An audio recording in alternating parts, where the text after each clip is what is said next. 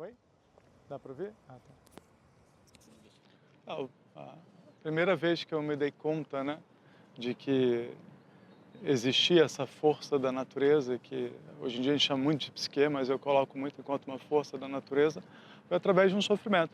Eu acho que o sofrimento, depois estudando já como adulto, ele foi um grande mobilizador para a pessoa se interessar por si mesma, pela vida, pela natureza, pelas questões humanas, né? O que eu chamo de espiritualidade, que seria esse contexto maior do nosso existir. Então foi uma intensidade que eu sentia, né, que de uma certa forma me evidenciava um volume maior do que eu podia dar conta, né? E eu percebi que na normativa da cultura de consciência ocidental, isso é muito pautado como um adoecimento. E eu comecei a perceber que isso foi muito intuitivo, de que aquilo não era contra mim, só era maior do que eu. E aí depois eu fui perceber que essa é um estranhamento, essa é uma desconfiança que caracteriza muito as pessoas que se interessam pela espiritualidade. Esse estranhamento me levou a me interessar por essa intensidade que eu sentia e aprender a me organizar em parceria com a natureza. E aí eu pude perceber que o eu não é o único sujeito que opera no corpo, não é o único organizador da psique. Existem outros sujeitos que constituem um indivíduo, ou seja, um indivíduo não é igual a um eu. Só que a nossa cultura de consciência, de uma certa forma, no senso comum, faz com que uma pessoa viva tão somente o eu e se problematize, se auto-envolva, né, e se torne o próprio problema que ela tenta resolver, né? Então, estudar a psique me ajudou a fazer uma ponte. Seriam velhas tradições de espiritualidades dedicadas ao amar a natureza, ao pertencer e participar da natureza. Eu acredito que isso é muito fundamental. O ser humano ele precisa de um senso de pertencimento e participação para se estabilizar afetivamente, para se sentir bem com ele mesmo e com a vida, sabe? Então a espiritualidade me ajudou muito nisso, na medida em que eu, em paralelo, fui estudando teorias sobre a psique, né, e elas são muito variadas mesmo dentro do contexto ocidental, muito diferentes entre si, né? Eu pude perceber que existia uma liberdade muito grande nesse acessar, né, e no produzir sujeitos e sensos de si mesmo. E aí eu pude fazer, né, um diálogo entre os estudos da psique e as entregas que caracterizam a espiritualidade para aprofundar um senso de pertencimento e participação. Eu sinto que muito do meu trabalho é dedicado a fazer com que uma pessoa se conheça mais profundamente e, por conta disso, acorde uma consciência que pauta vários corpos e, por conta disso, vários sujeitos organizadores desses corpos que constituem a nossa individualidade. E isso eu passei a chamar de espírito.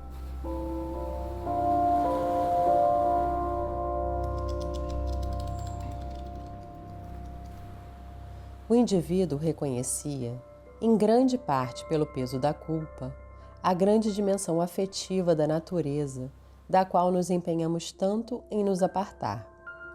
Ela é maior do que qualquer possibilidade de demarcação individual.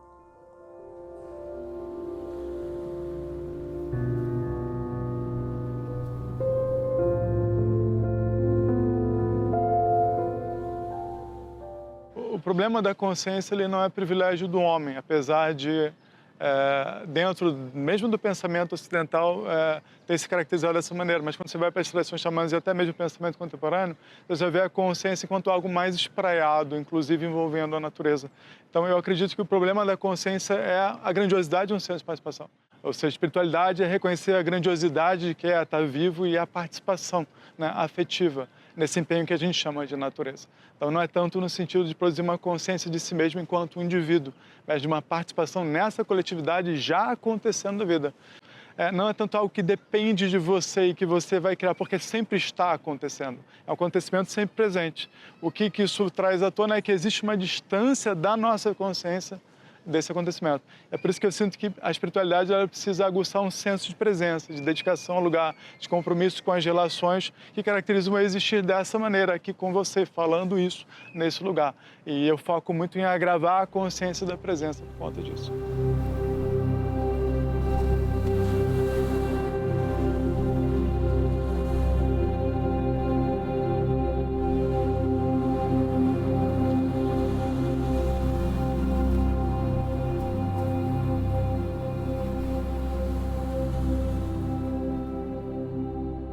Eu sinto que todo mundo está em busca de uma experiência intensa do viver. Ou seja, vai ter algum empenho de investimento afetivo para produzir uma experiência intensa do viver. O sofrimento é uma dimensão da intensidade, só que não organizada, não pautada para uma harmonia, né, entre as partes. Fundamentalmente é uma intensidade que desorganiza, uma intensidade que produz confusão, uma intensidade consumidora da potência, mas é, de uma certa forma, algum tipo de intensidade que nos paralisa, que seja.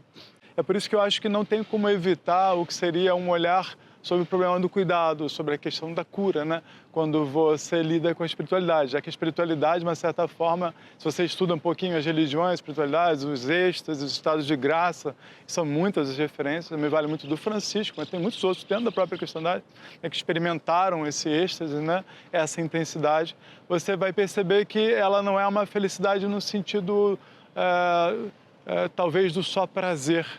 Ela é de uma ambivalência dos afetos aproximada. Dor e prazer se aproximam nessa intensidade, o que faz com que seja uma experiência muito estranha, muito caracterizada enquanto um problema do espírito. E por conta disso é necessário um contexto maior de dimensionamento desses afetos. Na minha visão, o eu é um sujeito necessário, é um sujeito que emerge no empenho afetivo da constituição social, ele não é um sujeito que emerge da natureza, e por conta disso, quando alguém se dobra sobre a natureza, o que é o sentido de espiritualidade que eu pratico, vai encontrar uma intensidade maior do que a própria capacidade de organizar, do que a própria capacidade de mencionar. Por isso você precisa de comunidades, você precisa de sujeitos nós, você precisa de sujeitos vós, que seriam dimensões de vinculação de serviço, destinações de afeto, estruturas de obediência. Isso tudo participou do nosso processo civilizatório. A gente vive uma época onde isso está sendo desmobilizado, porque a gente privilegia o eu, a particularização, a customização, e isso está nos sobrecarregando. Então eu percebo que a gente vive uma época muito pautada por um sofrimento psíquico autocausado, por privilegiar excessivamente o ego.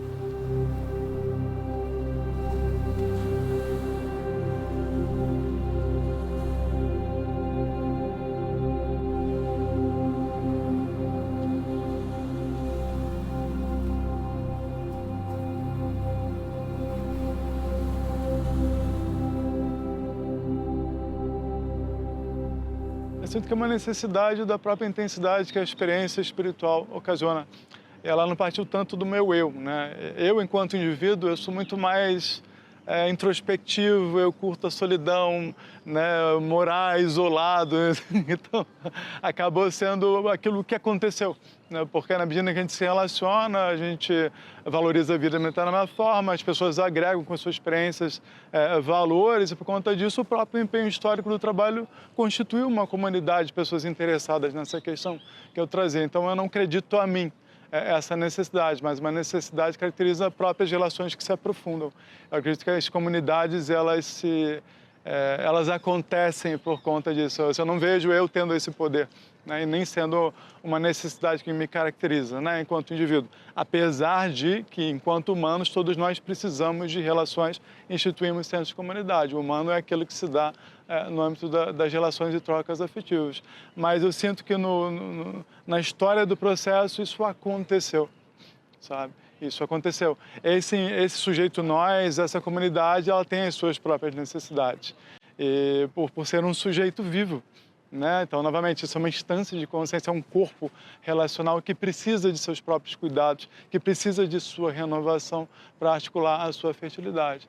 E aí, sim, isso também vai, de uma certa forma, instituir uma sabedoria de alma, essa que a gente chama, que é uma distribuição de trabalhos entre esses entes participativos no sentido de cuidar dessa comunidade. Isso é um enredo muito comum hoje em dia no atracamento do meu próprio trabalho.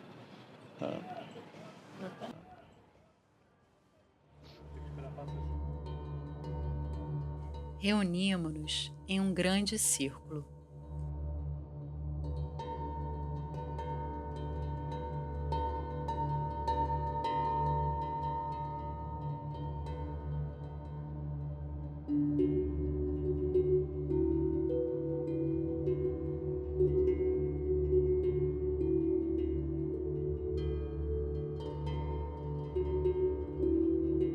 Ele representa a própria relação proposta para nós pelo Espírito, como indivíduos participantes desta grande humanidade.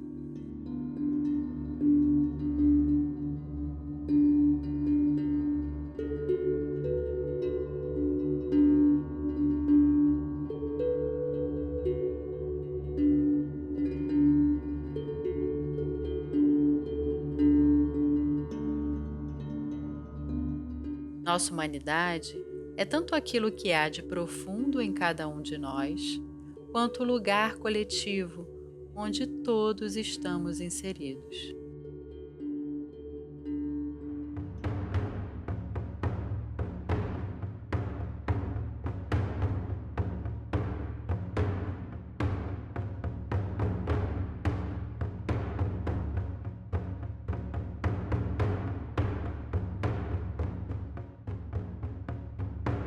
Nosso trabalho é habitar essa profundidade pelo exercício da paz, de forma que cada indivíduo expresse com honestidade o que lhe é próprio.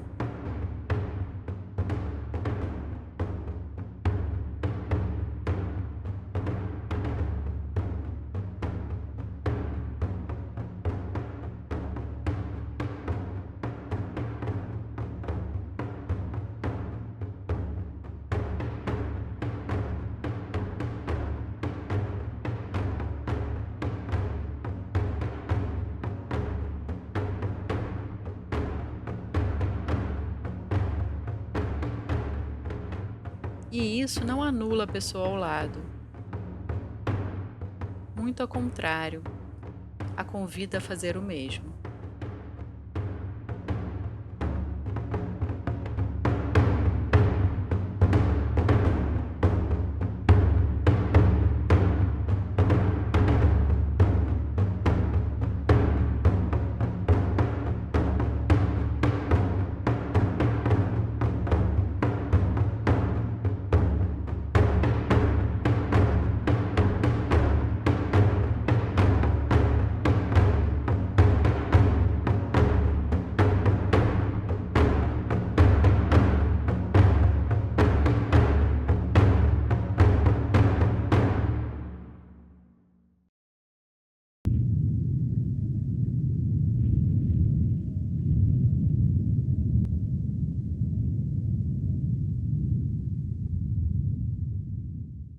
Eu percebo que o meu trabalho ele é muito difícil, ele é muito desafiante, porque ele aborda uma questão que é muito antiga no problema da cultura de consciência ocidental, que é o problema de pertencer e participar da natureza, né? E eu sinto que, por ser desafiante e difícil, ela também é igualmente extremamente pertinente e relevante. A natureza ela se coloca novamente enquanto uma questão que precisa ser endereçada, o que significa viver, ser um indivíduo, constituir uma sociedade, né? E qual é o preço disso, né? O quão sustentável é uma consciência. Eu trabalho com sustento afetivo, né? E eu sinto que a gente precisa partir desse lugar, né? A gente chegou num momento onde há uma degradação.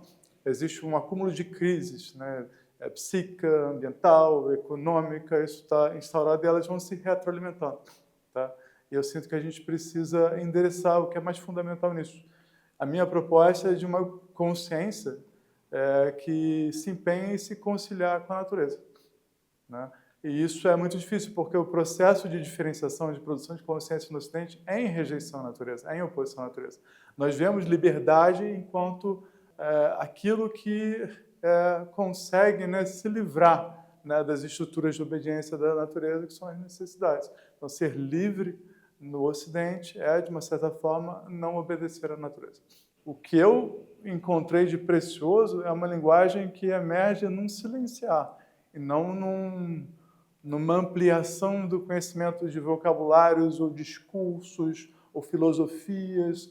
Ou seja, existe algo muito fundamental desse silêncio, né, de onde pauta uma organização da vida que é a linguagem, né? Então, eu sinto que esse mergulho da consciência, pautado pelo silêncio, nos abre uma linguagem mais fundamental e ela não é conhecimento. Ela não vem pelo conhecimento. Até porque esse silenciar é o silenciar do conhecimento. Esse silenciar é o silenciar do discurso. Esse silenciar é o silenciar da vontade, do desejo, das expectativas. Ele é extremamente difícil. Em benefício do estado de ser presente. Esse estado de ser presente, ele, apesar de habitar o aqui e agora, ele é ancestral, ele é muito antigo, por conta dessas formas produzidas pela natureza, que tem milhares de anos, né, envolvidas. Então, há uma grandiosidade que o silêncio abre, né, que é uma espécie de inscrição dessas grandes questões se dando de uma forma diferenciada através de todos nós. Isso é a todo tempo, independente de quem se seja. Isso eu acho muito interessante, uma espécie de fonte, né, que uma pessoa pode acessar quando ela volta a se dedicar ao pertencer e participar do próprio corpo e se abre para essa natureza. Então, me interessa muito essa linguagem da natureza, né? E para ela, às vezes as palavras são as ocupações que precisam ser deixadas, sabe?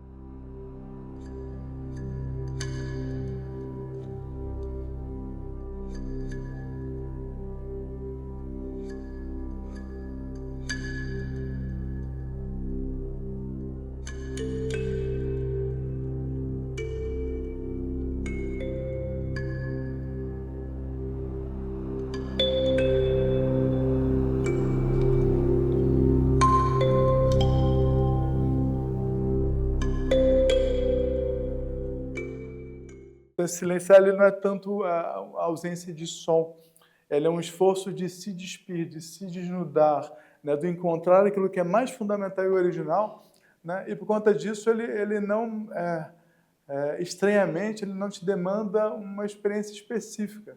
Ele está disponível a todo tempo, em todo lugar, por meio de qualquer tipo de vestimenta, identidade, ocupação, porque o que ele abre é aquilo que se ocupa quando você se veste, aquilo que se perde quando você se identifica, né? Então, uma espécie de negativo, né, da vida, ou o negativo das afirmações, né? E por conta disso, ele sempre vai ser muito estranho, ele sempre vai ser muito estranho. E sim, na nossa cultura de consciência, esse silêncio ele também está na família da morte, por conta disso ele é evitado. A maior parte das pessoas não quer o silêncio, por isso tanta euforia e tanta ocupação. Mas por que a gente não? Porque ele vai ser revelador de uma espécie de consistência, sabe? Que na minha visão, na minha pesquisa, pauta muito o encaminhamento da possibilidade.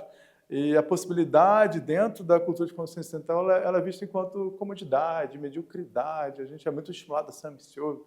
O possível é meio que algo medíocre, né? E na minha visão ele é o que encaminha para a saúde, né? E o silenciar ele vai exatamente fazer com que uma pessoa volte a sintonizar com a possibilidade, que seja para desafiá-la, para prosperar, fazer o que for, mas a partir desse lugar, né? Então o silenciar ele abre a dimensão do possível.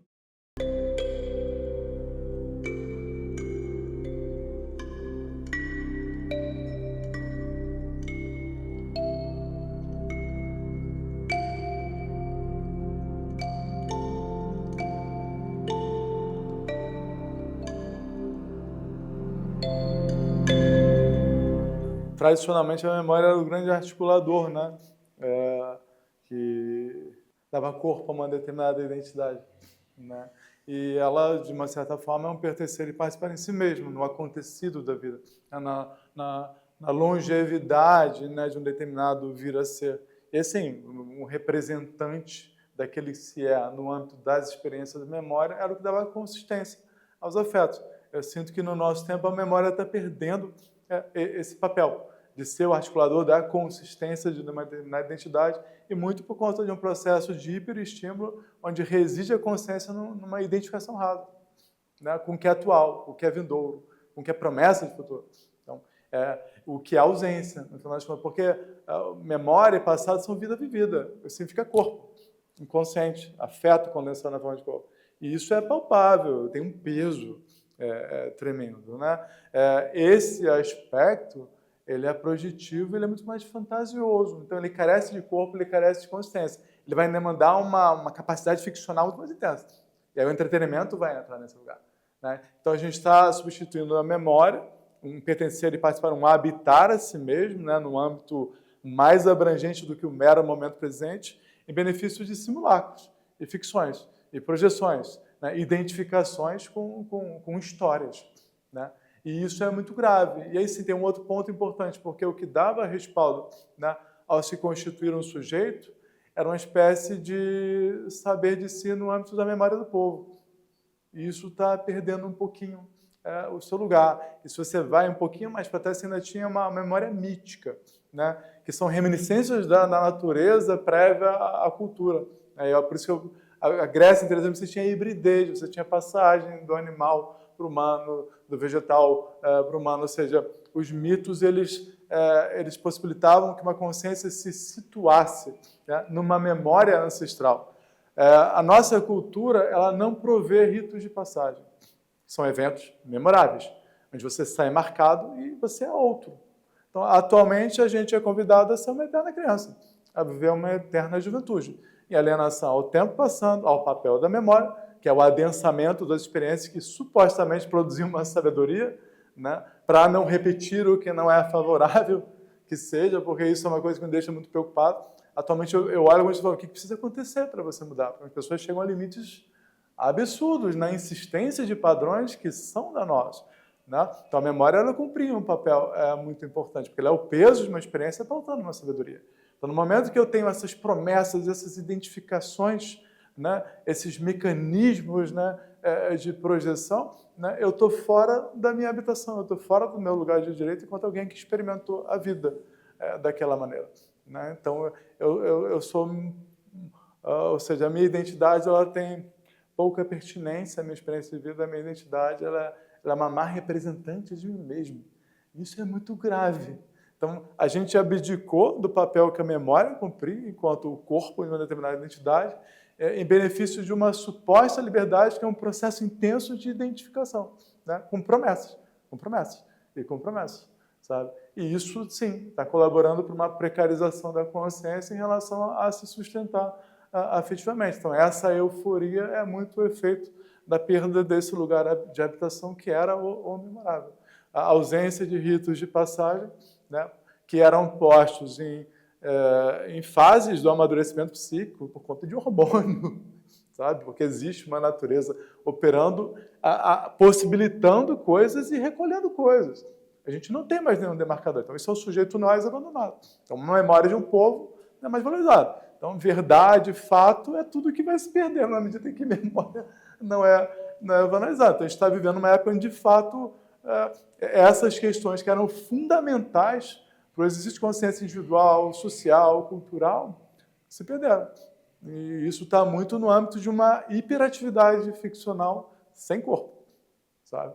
Então, me preocupa muito essa cultura de entretenimento, né, que produz identificação, né, em detrimento do que seria um residir em si mesmo, né, nessa habitação que era provida pela memória, sabe? O que é louco, porque essa capacidade ficcional, ela é uma pedra preciosa da nossa consciência. Usar ela contra nós é muito criminoso, isso. É muito criminoso. Porque ela, de fato, é uma pedra preciosa, sabe?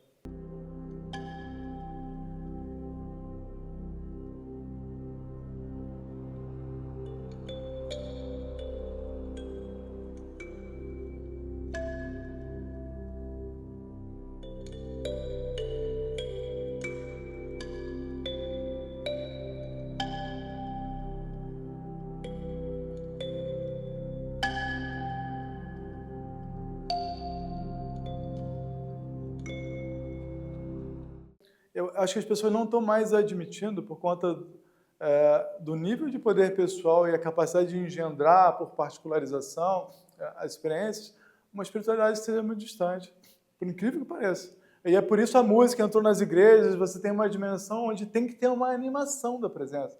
Aquela coisa sisuda, eu não sei se dá mais, e talvez seja bom isso, sabe? Porque existe um potencial mais afirmativo na diferença operando, e eu acho que a espiritualidade tem que dialogar com isso, e a gente faz isso. E por conta disso é caótico o processo. E tem que ser. E parte do meu cuidado é que isso nunca se organize de uma forma hegemônica. Porque enquanto ele for atributo das diferenças, ele está aberto, né, à natureza, né, que insiste em fazer brotar a diferença. Então, e isso eu sinto que o nosso processo faz muito bem, é uma necessidade do contemporâneo.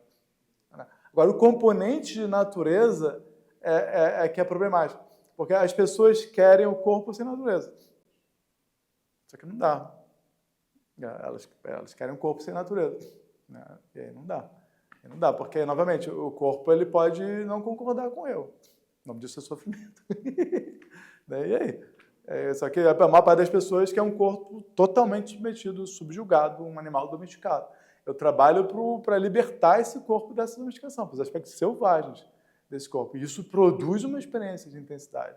Então, essa dimensão selvagem que eu sinto que é uma necessidade que está novamente emergindo no nosso tempo. As pessoas estão querendo algo disso. Porque, por mais que seja eufórico, seja intenso, é pálido, é mais do mesmo, sabe? Está carecendo de um algo. Tá? Eu acho que isso está... Dionísio é o retorno da natureza, ele emergindo, né? E falando, olha só, olha como você se conformou, olha como se esgotou na sua autoridade, na sua maneira de ser. Tá? Eu sinto que tem no nosso tempo um desejo por isso, de alguma forma. Agora, sim, tem que ter, né, uma coisa que é muito do nosso processo, que é um amor pelo negativo. Né? E, sim, só que o negativo, por contraste, ele é muito uma afronta a mim mesmo. Então, essas parcelas de mim mesmo que não cabem no eu, porque, ou seja, o meu indivíduo não é igual a um eu, elas podem ser muito intensas, né, no sentido de dialogar com o eu, sabe? O processo que a gente faz olha, vai emergir em paralelo ao seu eu. Um bocado de intensidade, que não se destina a ser eu. Aí eu tenho que falar, mas você nunca foi só eu. Só que você vai competir com um cotidiano que é defesa do eu, é projeto de poder pessoal, aí você fica, meu trabalho é ficar bancando isso. Você nunca foi só um eu. E quando eles encontram o respaldo dos sujeitos maiores que os constituem, vem relaxamento. Essas potências são acolhidas com justiça. Então o problema é privilegiar o eu, sabe? Só que eu acho que isso já está tão esgaçado, já não está conseguindo produzir organização. E sei lá, se a gente vai viver à base de química, tem uma galera indo nessa direção, né? É muito complicado quando a gente tem essa capacidade, quando a gente tem esse professor corpo que dá respaldo a isso. O corpo é que vai matar o eu. Não, a morte é porque o corpo engendra ela. Porque o eu não quer morrer e eu concordo que é legítimo que o eu não queira morrer. Essa ilusão, essa afronta, esse esquecimento, ele é bom, não vejo problema nisso. Desde que ele tenha uma dose de pertencimento à participação em parcelas de si mesmo que sabem da morte, porque a morte é uma necessidade. Então, aí você encontra conflitos. Eu acho que contradições e conflitos talvez sejam as coisas que mais nos aproximam da natureza. Por conta disso, não podem ser resolvidas.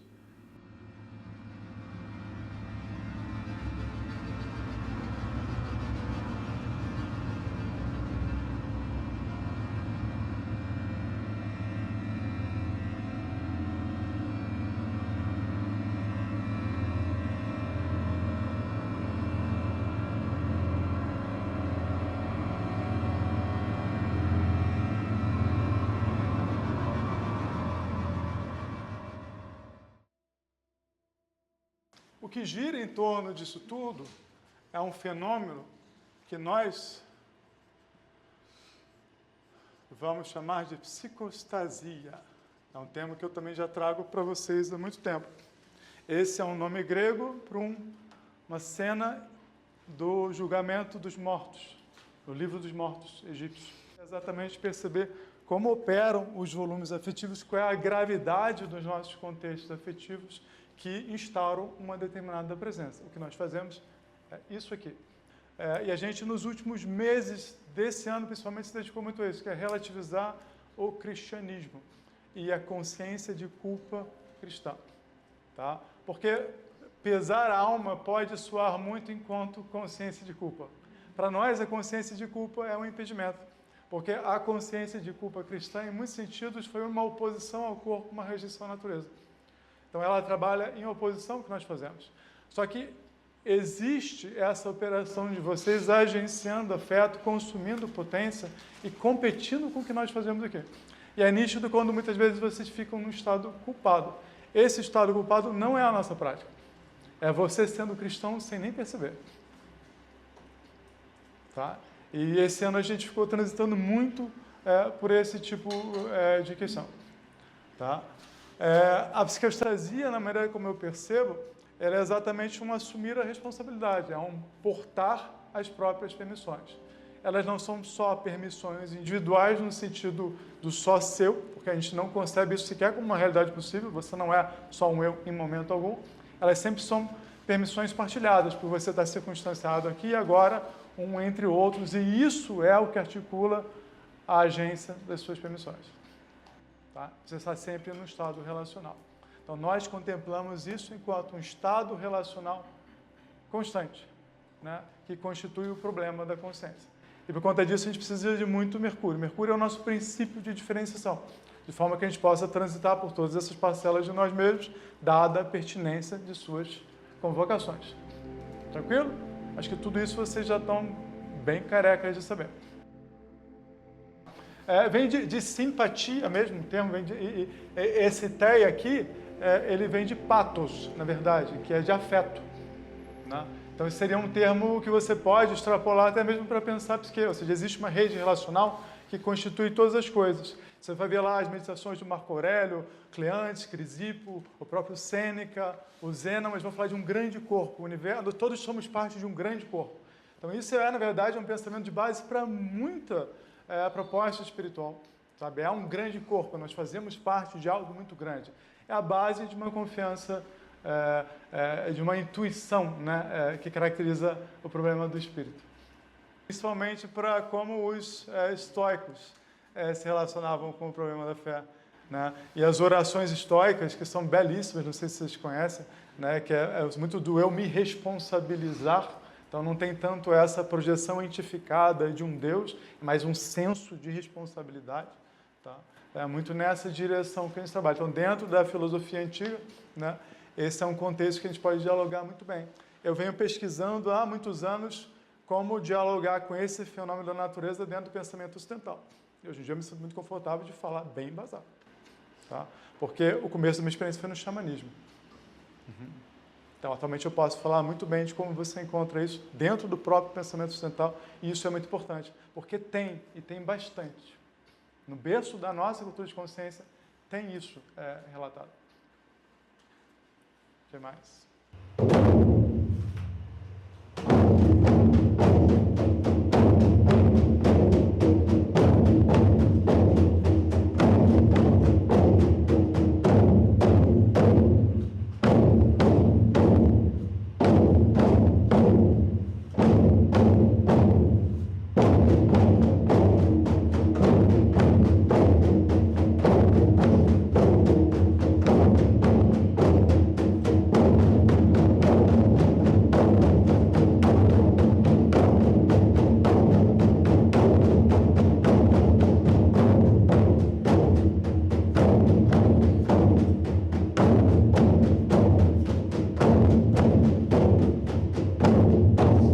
O que aproxima esses três termos, né? Corpo, consciência e natureza, seria uma espécie de lugar, né? Um senso de lugar que articula encontros, que propicia o próprio exercício da consciência. Então, acho que é mais interessante até pensar em termos de corpos, né? Nós fomos formados por muitos corpos, digamos assim. E dentro da proposta do Aletheia, a gente precisa produzir um determinado corpo.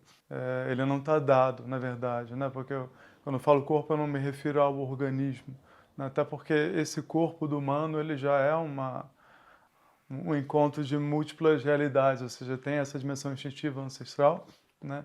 E tem a própria natureza, né? Então, chegar ao corpo natureza seria o grande desafio da nossa prática, produzir consciência em algum nível de acordo, né, com o existir enquanto um agente da natureza.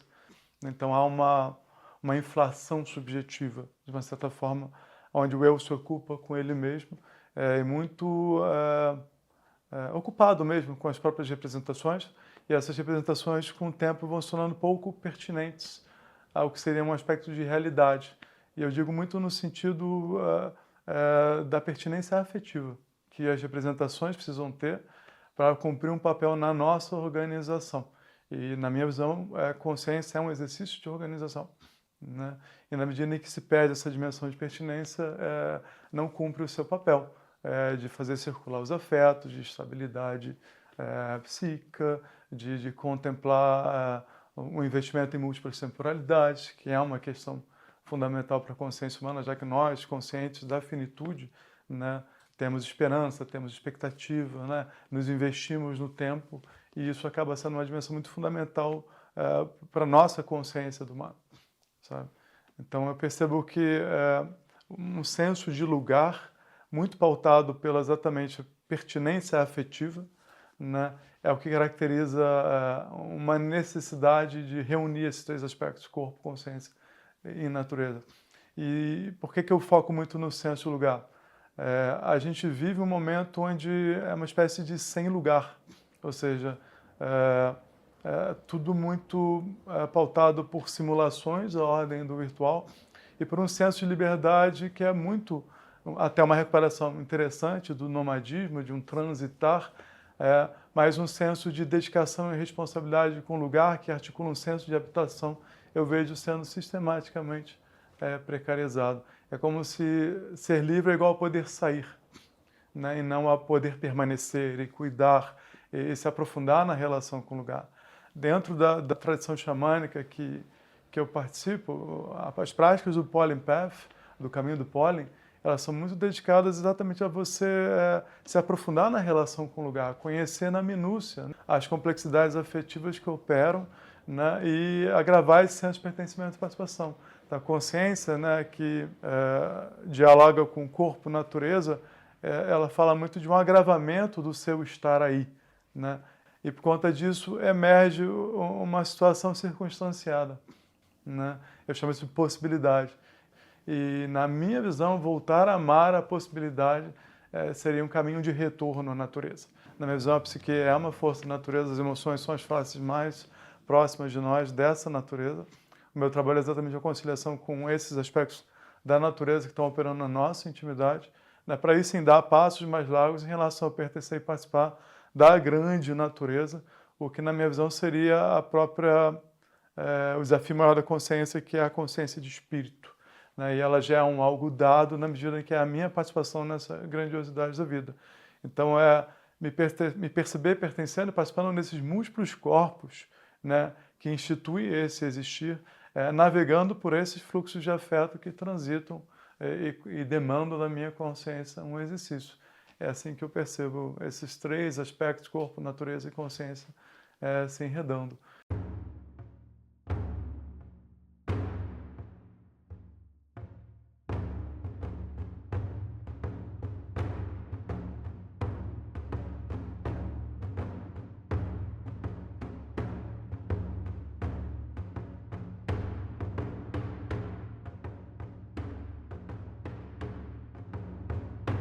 Essa capacidade da consciência de poder dialogar e transitar por tudo que constitui um determinado alguém é um articulador fundamental de uma genuína liberdade. Eu chamo isso de Mercúrio, mesmo inspirado no deus romano, né?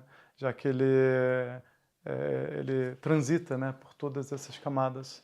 Então eu sinto que nós somos muito profundos, muito antigos, né, muito disponíveis, na verdade, com a operação presente de múltiplas temporalidades, né, e o exercício de consciência ele precisa abranger esses lugares de nós mesmos que não se restringe ao eu, né? Por conta disso, há uma grandiosidade participativa que articula a nossa presença, que não se dá para a consciência de eu, e o processo de abrir essa consciência para essa grandiosidade eu chamo de espiritualidade.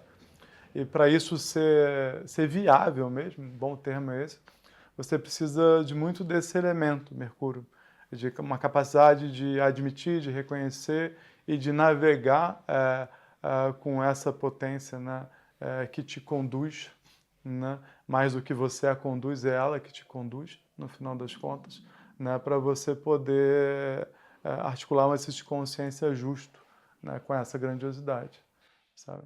Então, esse Mercúrio, na verdade, ele é um elemento psíquico que pode ser produzido ou desvelado na medida em que a gente se dedica àquilo que opera na nossa presença enquanto algo sempre válido, ou seja, algo sempre capaz de articular um valor na forma da presença e não numa comparação com alguma idealidade.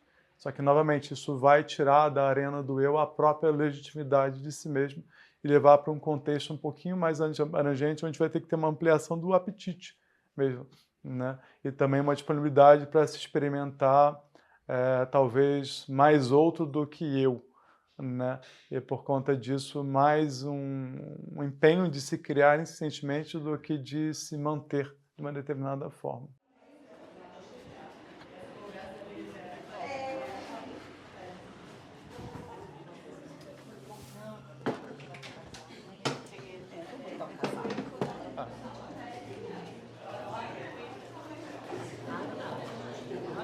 A gente vai cantar o mendigo e o torto, só. Eu não sei se precisa.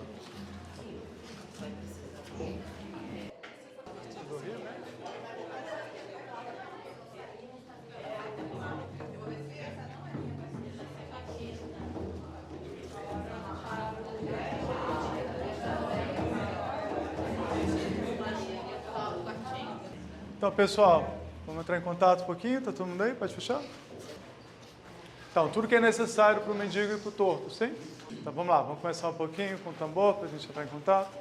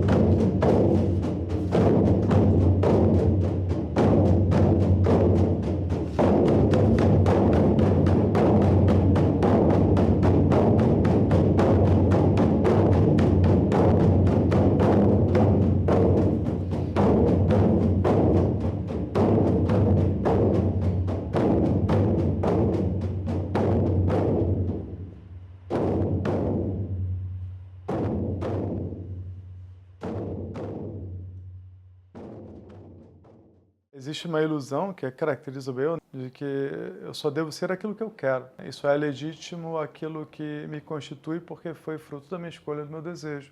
Só que se você faz uma dobra honesta de exercício de consciência, mesmo que pela reflexão intelectual, você vai ver que a maior parte do que te constitui você não escolheu, te aconteceu. E a maior parte das pessoas passa pela vida não olhando ou não significando esses contextos que são a maior parte de si mesmo. Então, o eu, tão somente, com essas ilusões de poder de determinação, ele acaba se colocando a pessoa num lugar muito pequeno dela mesma. E aí, nesse lugar, não cabe os próprios afetos. Eles, então, tendem a ficar sobrecarregados, tendem a ficar de uma forma intensa, não harmônica, sabe? Então, quando você abre o corpo e os outros sujeitos que constituem uma determinada pessoa, você percebe que você ganha uma dimensão mais justa de espacialização dos seus afetos. E também você começa a ser desafiado a reconhecer a legitimidade daquilo que te constitui e te aconteceu, e não necessariamente foi escolhido, não necessariamente foi gostoso. E é a maior parte da nossa experiência, porque a minha escolha se tornou um atributo tardio da minha consciência. Eu não escolhi nascer nesse tempo, não escolhi nascer pessoa, homem, no Brasil, nada disso foi artigo da minha escolha. Eu tive que me conciliar com tudo isso e ir me colocando. Então, essa grandiosidade participativa, ela evidencia, na verdade, que a maior parte do nosso alimento pode estar fora da esfera da escolha. E por isso que isso é um efeito interessante de quem pratica a Letécia. Começa a aprender a se alimentar, se nutrir afetivamente de coisas que não necessariamente são do âmbito da sua afinidade pessoal. E isso eu pude perceber no convívio com os meus alunos. Começa a surgir uma estranheza que alimenta, um estranho alimento. Digamos, até mesmo, por exemplo, de tristeza, de raiva, de medo, de aspectos internos da nossa organização que não estão bem vistos enquanto operações de uma normalidade, não são articuladores da exaltação da personalidade ou valores do desejo, mas começam a cumprir um papel de alimento, de nutrição mesmo.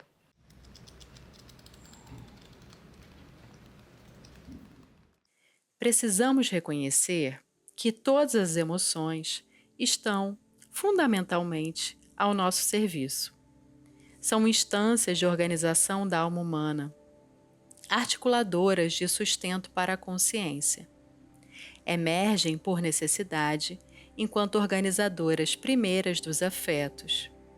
E, se as assumimos com honestidade e atenção cuidadosa, colaboram para restabelecer um senso de nutrição, o alimentar-se de si mesmo antes de qualquer coisa. Essa falta de si, esse desamparo diante do próprio alimento interior, está nos levando a consumir as relações e a devorar o mundo. Toda emoção é fonte de alimento e potencial de satisfação.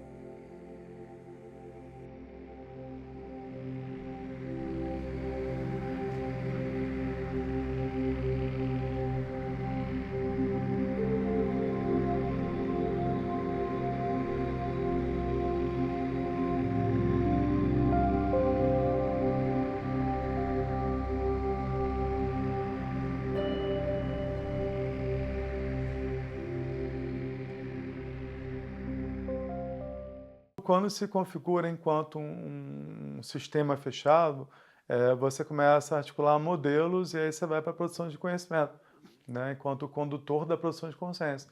Me interessa muito a consciência que se produz no aberto, no entretenimento, com essas diferenças, e aí articula um saber de si no âmbito da possibilidade. Ele não é pautado por certos, ele não pode ser universalizado na forma de uma verdade. Ou seja, você precisa revisitar as bases do próprio pensamento na nova experiência, porque é uma outra experiência, né? E por conta disso, a intimidade com o vazio é fundamental para um senso de liberdade, porque eu sou livre na medida que eu consigo me esvaziar para a nova experiência. Eu deixo de ser livre na medida que eu sou refém das experiências prévias, mas isso é o que cria a coerência da consciência individual que a gente tanto preza. Por isso que acaba sendo uma proposta muito diferente, né? Onde esse ser em trânsito, essa necessidade de se criar incessantemente,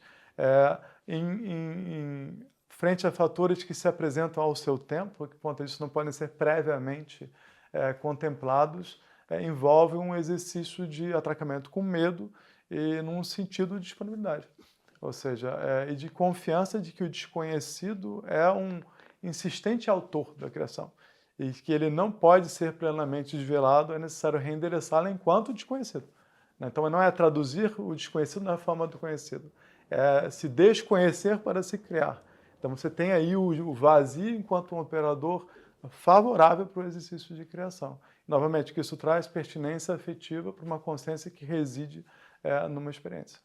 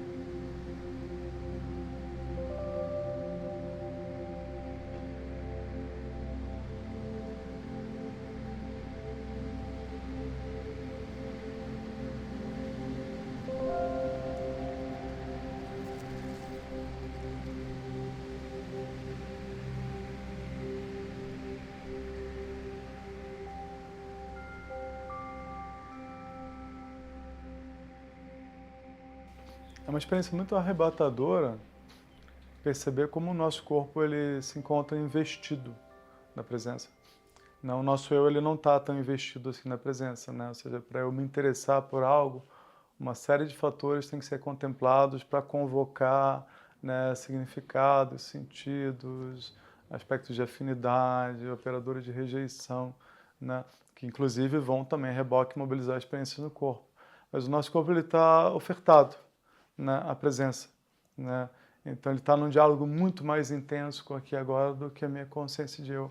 Ou que esses movimentos revelam essa grandiosidade participativa em suas trocas, ou seja, se fazendo presença.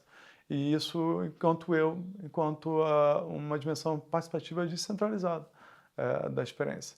Então há uma centralidade do corpo e uma periferia do eu, né? E por conta disso, agenciando encontros, movimentos, trocas, que não contemplam afinidades, significados, são para além disso.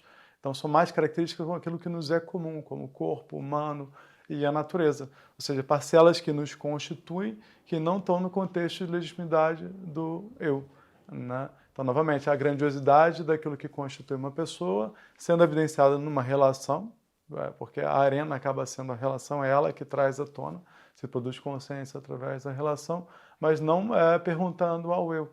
Então ali você se experimenta para além do seu eu. Você se experimenta com o outro, como é próprio da nossa situação de natureza o tempo todo, porque é um conviver, no final das contas. O tempo todo nós convivemos. E o que você tem ali é esse exercício de convivência, evidenciando uma intensidade de trocas muito para além daquelas que contemplam as minhas afinidades, que operam nas minhas rejeições. Né? Você sente aquilo fluindo pelo seu corpo e articulando uma organização. Né? O que eu encontrei que me levou a ficar muito admirado é que parece que existe mesmo uma sabedoria silenciosa que, de uma certa forma, contempla uma espécie de mútuo benefício, de distribuição de cargas, sabe, afetivas, que contemplam o direito de ser do outro.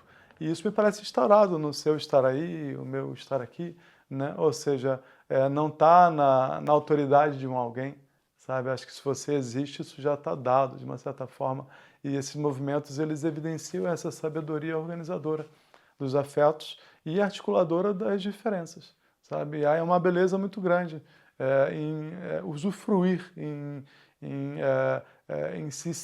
sentir uma espécie de legitimidade de todas essas potências, todas essas qualidades afetivas nos organizando, sabe? Eu acredito que dá para ver aquilo ali.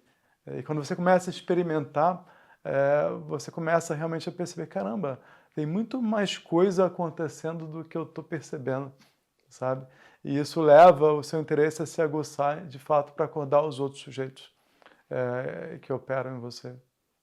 Então, esses movimentos, eles estão evidenciando as múltiplas envergaduras que o nosso afeto pode ser utilizado para cultivar a consciência e produzir vínculos. Né? E a gente começa a ver de estados egóicos sendo vencidos e abrindo a capacidade de reconhecer um outro, esse afeto transitando, produzindo um nós que se estabiliza de uma forma mais periférica e trazendo até mesmo uma sensação de expansão sem fim, de fluxo, e que a gente começa a chamar de espírito. Então, esses movimentos eles vão evidenciar as envergaduras de consciência que podem articular o nosso investimento de potência. Seria a dimensão mais abrangente, mais fluida, né, da potência que não encontra respaldo num determinado algo, ou seja, que é mantido em aberto. Ou seja, é quando você encontra uma fluidez que é ao mesmo tempo triste, alegre, prazerosa, a gente vê os praticantes. Eu estou sentindo tudo ao mesmo tempo, porque isso é muito do espírito. O espírito é tudo ao mesmo tempo, o eu é uma coisa de cada vez. Né? Então você encontra esse estado, ele às vezes pode ser aflitivo, beira ser enlouquecedor, e às vezes ele é como um êxtase, assim, de que é tudo junto, é tudo ao mesmo tempo, e você está ali, preservado, enquanto, né, uma consciência silenciosa. Sabe? Isso começa a merecer o nome de espírito porque não ganha a especificidade de um algo. Se não ganha a especificidade de um algo, está aberto a ser articulado por todas as coisas, a transitar, digamos assim, novamente aquele Mercúrio. E isso, na minha visão, começa a merecer esse termo. Seria o nome mais abrangente que a gente dá para a experiência que a gente alcança. Então, a gente se encontra para se relacionar não através da personalidade, né, das questões da personalidade, mas através dos fluxos de vitalidade do corpo enquanto agente da natureza. Então, se a gente silencia a consciência, a gente encontra uma outra sabedoria de organização que não é pautada pela nossa vontade. Né? E ela nunca é uma sabedoria de eu, ela é uma sabedoria do corpo. A gente só encontra quando a gente silencia.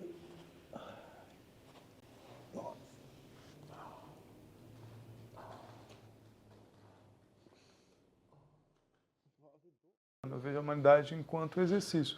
E se é um exercício, ela precisa ser praticada com quem eu me encontro. E com o que acontece nesses encontros. Mas eu posso dizer com muita honestidade que eu amo e odeio isso insistentemente. Então não está pacificado enquanto algo tão somente elogioso. E por que eu faço questão de frisar isso? Porque é nesse contraste, é nesse embate de forças que eu vejo a arena de consciência integrada. Quando ela se afasta desse lugar de contraste, digamos assim, ela acaba se tornando defensora de um algo, que seja de uma humanidade. Eu não sei o que é a humanidade e ela não pode se tornar um algo. Então, eu não tenho uma proposta para o humano, por exemplo. O que eu tenho é um exercício de atracamento com os afetos que operam nos encontros. E isso é algo que atravessa o humano, mas é para além do humano, porque também existe essa dimensão de natureza operando em todo encontro entre pessoas. Então eu vejo muito, novamente, a experiência e o exercício enquanto grandes articuladores da minha condução, mais até do que aquilo que eu tiro de precioso e considero erudidamente enquanto algo meu, até para ser ensinado, porque eu acho que o que melhor ensina é a experiência, né? E nela eu sou sempre participante, tanto quanto qualquer outro. Eu acho que encontrar paz nesse lugar de participante, não detentor, ou com poder de determinar algo, é o grande desafio. E isso traz uma prática que eu encontrei muito forte nas espiritualidades, que é experimentar a finitude operando ao mesmo tempo. Porque o tempo, ao mesmo tempo que ele me evidencia, ele está me apagando. E eu acredito que a gente precisa ter um exercício de consciência para no mínimo, né? Porque é muito mais do que duas coisas acontecendo, sabe? Então, novamente, me vejo enquanto uma arena, dentro de uma arena, e assim vai. O que é o fator aflitivo? Talvez dialogar com a consciência de eu, que ela não tem o poder de determinar o fim disso, porque talvez nem tenha fim para ser determinado. Então, mas quando você não faz isso, você sente o fluxo incessante. E muito do que eu encontro no processo que eu proponho é essa experiência de fluxo incessante. Só que ela articula muito mais o que seria no Ocidente uma experiência de esquizofrenia do que de normalidade. Desenvolver a capacidade de estar no aberto, de suportar essa abertura e, no melhor das possibilidades, se criar e, por conta disso, contemplar que mesmo a criação é uma mera possibilidade. Então, não vai haver uma completude que vai instituir um determinado algo que, novamente, adensa um senso de propriedade. Muito pelo contrário, o que vai haver é uma perda para esse senso de propriedade, na medida em que as coisas que transitam por você não são verdadeiramente suas, estão aos seus cuidados durante um tempo. Então você se torna muito mais um cuidador dessa alma, né, ou desses afetos que te atravessam, do que o detentor delas. E por conta disso você experimenta necessariamente o esvaziamento. E aí esse é um exercício necessário de conciliação com a finitude, que é uma espécie de dado fundamental de encontro de todas as coisas que existem, né? Eu valorizo isso enquanto um desafio necessário para uma consciência integrada.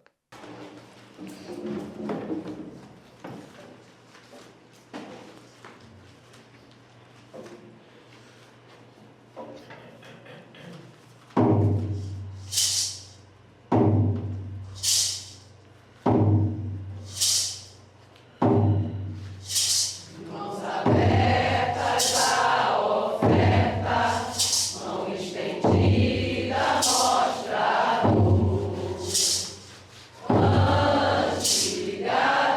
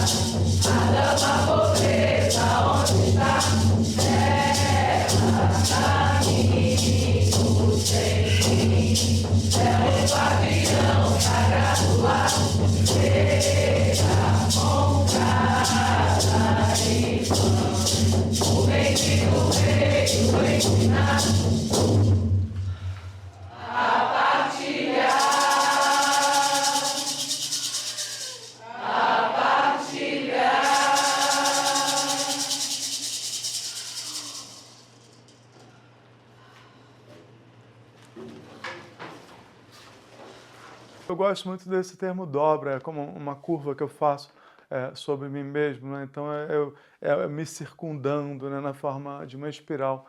Eu acredito que essa é a forma que melhor emblematiza o exercício de consciência. Ou seja, quando você se dobra sobre si mesmo, você encontra uma nova abertura, uma nova disponibilidade, né? E você vai habitando por conta disso novas dimensões de si mesmo. Esse é um movimento próspero, como um caracol, né?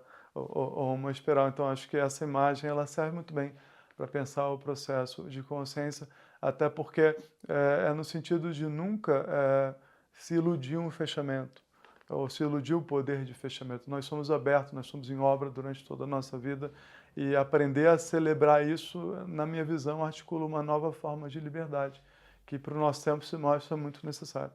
Porque, enquanto terapeuta, eu encontro muitos indivíduos sofrendo dos seus próprios fechamentos, terem se fechado. E esse fechamento acaba sendo certezas, hiperafirmações consolidadas, um senso de propriedade sobre si mesmo, se tratar como coisa, né? Que começa a colocar a consciência singularizada em desacordo com o corpo e com os múltiplos sujeitos que operam nessa presença.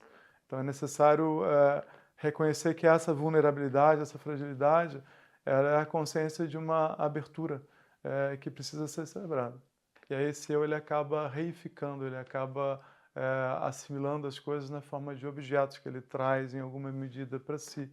E o termo ancestralidade ele acaba sendo muito capturado por essas lojas de consumo e por essas soluções estetizantes, digamos assim, né? O que acaba atenuando, né, a consequencialidade que isso precisa ter em termos de agravamento da consciência, agenciamento dos afetos e a manutenção de uma distância, onde as coisas são substituídas sem serem justamente assimiladas, eu diria assim. Então, na minha visão, o acesso à ancestralidade é na intimidade com o próprio corpo, é na dedicação aos próprios fluxos emocionais. As emoções, na minha visão, elas são agentes de organização, professoras da nossa alma, que fazem, de uma certa forma, essa costura com a nossa ancestralidade. Porque quando a gente fala ancestralidade, está falando de uma dimensão de nós mesmos muito antiga, muito fundamental, muito enredada com a natureza. Não estou falando necessariamente dos meus bisavós, ainda é algo mais, né, arcaico, né, de onde emerge, né, a vida e o exercício de consciência. Então, o risco é, novamente, a gente estetizar e a gente coisificar, né, para travar uma relação que não confronta esse sujeito com como ele se estrutura. E, na minha visão, o diálogo com a ancestralidade, ele não produz tanto uma afirmação vaidosa de si, algo elogioso. Isso acaba sendo, né, muito esse roubo dessa cultura de consumo. Ele acaba produzindo um efeito de desencantamento. E é isso que eu encontrei. Nesses quando eu não costuma dar muito ibope, né? Ele acaba reapresentando a consciência de eu para uma grandiosidade da qual ela participa e da qual ela não vai poder se apropriar. Então, costuma ter é necessário, muitas vezes, um novo acordo consigo mesmo, no sentido de uma tristeza que pauta esse fluxo ancestral, porque são vidas que me constituem e atualmente operam mais de uma forma inconsciente do que consciente. E eu não tenho como trazer a totalidade disso para a consciência. Você vê isso muito presente no caminho espiritual, na forma de um chamado, que às vezes aparece como tristeza, como uma saudade inexplicável, como nostalgia, como angústia. Então, a ancestralidade, né, assimilada nesse interesse na profundidade que nos constitui para a nossa presença, envolve um novo acordo com a angústia, com o papel do vazio, com uma temporalidade que te atravessa, mas você não tem como contornar.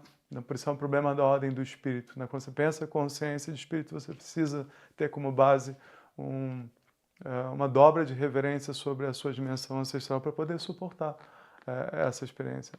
Eu acredito que o espírito é uma necessidade sempre presente, né? E que quando a gente perde a dimensão de gravidade, né, da nossa presença que o espírito confere, a gente começa a se dedicar a coisas que talvez não valham tanto a pena, no sentido de nos roubar senso de presença, potencial de liberdade, capacidade de vinculação, ou seja, a gente começa a ser refém das coisas, a gente começa a se tratar como propriedade, ou seja, a gente começa a perder mesmo esse senso de participação no sagrado, sabe? Eu trabalho muito para recuperar esse sagrado enquanto uma estrutura de presença e um exercício de consciência que é revelador desse valor.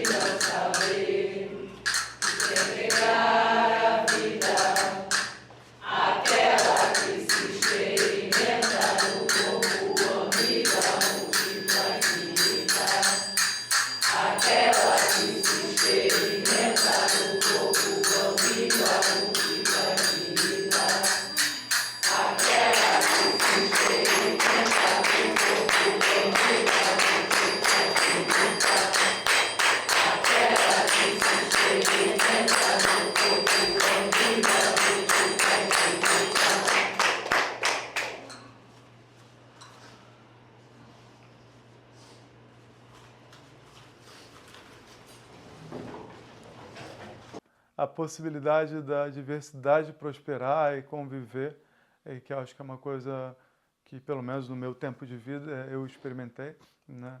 O que traz muitos atritos ao mesmo tempo, muito caos, mas um potencial criativo tremendo, é o que oportuniza essa admissão de que são possíveis múltiplos sujeitos convivendo e que não necessariamente se legitimam numa determinada moral, né? Eu acho que muito, usando o Nietzsche, ou seja, a própria decadência do cristianismo e o dualismo muito restritivo que operou na moralidade cristã, que hoje em dia está bastante relativizado, fez prosperar os apetites individuais que estavam abafados.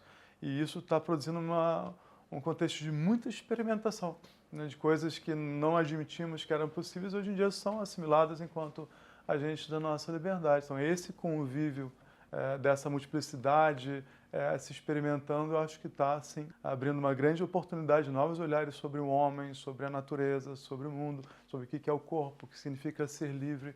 Eu acho que o mundo contemporâneo está num momento muito interessante desses pensamentos. Ao mesmo tempo, por contraste, eu acredito que sim, existe muita degradação afetiva na medida em que isso precisa ganhar uma consequencialidade mesmo na produção dessas individualidades.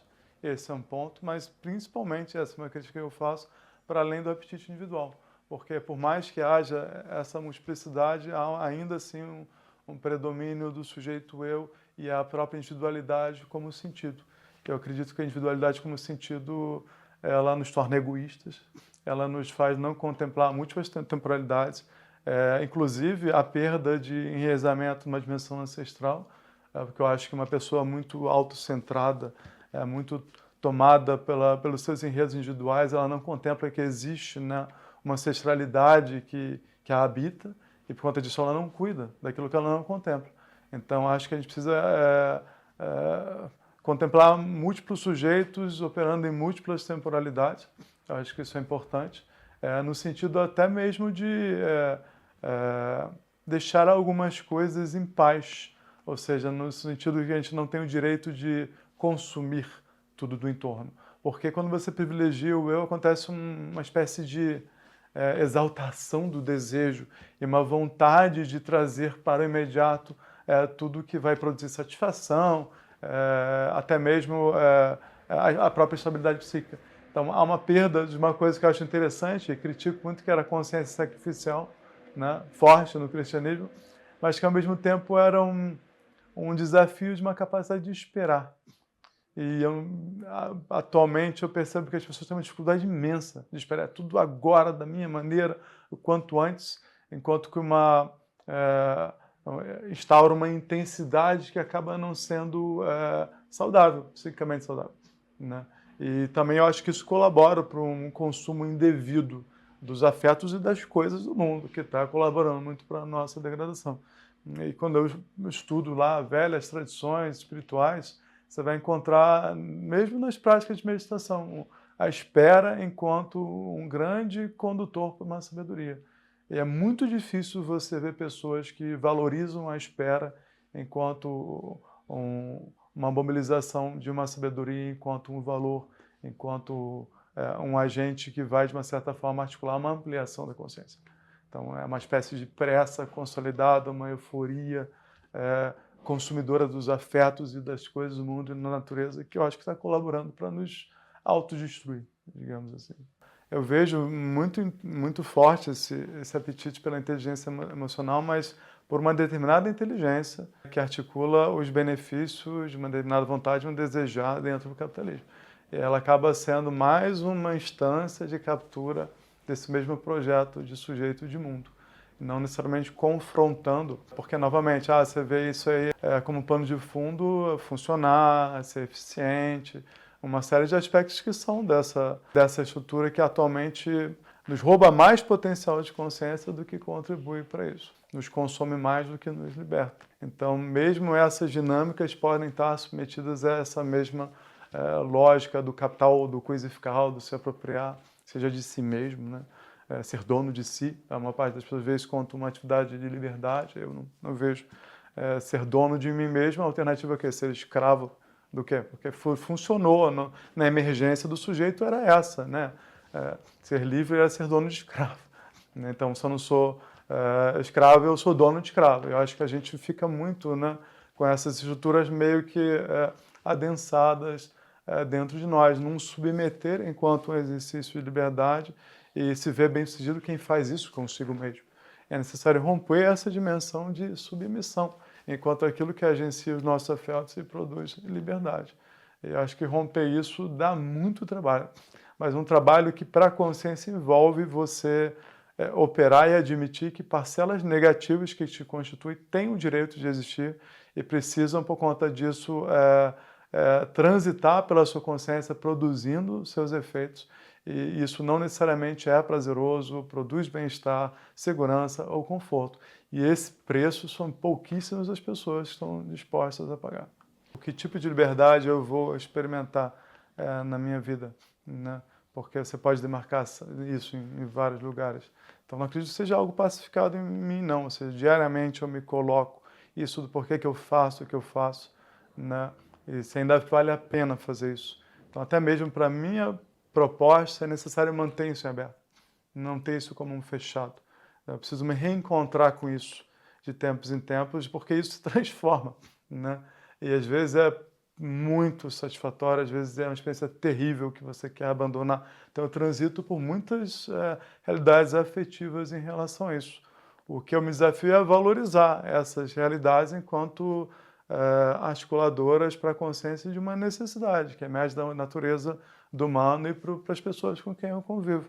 E por conta disso sempre tem um proveito na forma de um valor do existir e não de um existir de uma determinada maneira que eu me empenho, né? Então esse deixar em aberto ele se tornou para mim talvez o aspecto mais central do meu interesse. E ele pode ser tão diferente o tempo todo, né? Só que isso tem como pano de fundo uma espécie de espreita de uma aflição, de um não ter poder, não ter domínio sobre isso, inclusive no sentido de ensinar, inclusive no sentido de replicar. Eu me encontro mais pacificado com isso, mas essa dimensão aflitiva ela sempre transita por mim. Eu aprendi a vê-la enquanto um agente sempre de uma nova liberdade, não da manutenção de uma liberdade já dominada. Então, isso transita em mim dessa maneira, na forma de uma pergunta que eu insisto em me fazer. E pela experiência, eu tenho mais a dimensão real de o valor disso. Isso é uma coisa que eu aprendi, ou seja, não é como eu vejo, como eu me vejo, como eu penso, mas o que isso de fato articula no convívio. E eu acho que esse é um revelador mais interessante do que a minha autoimagem, do que o meu próprio pensamento. Assim. Tá um pouco nesse lugar.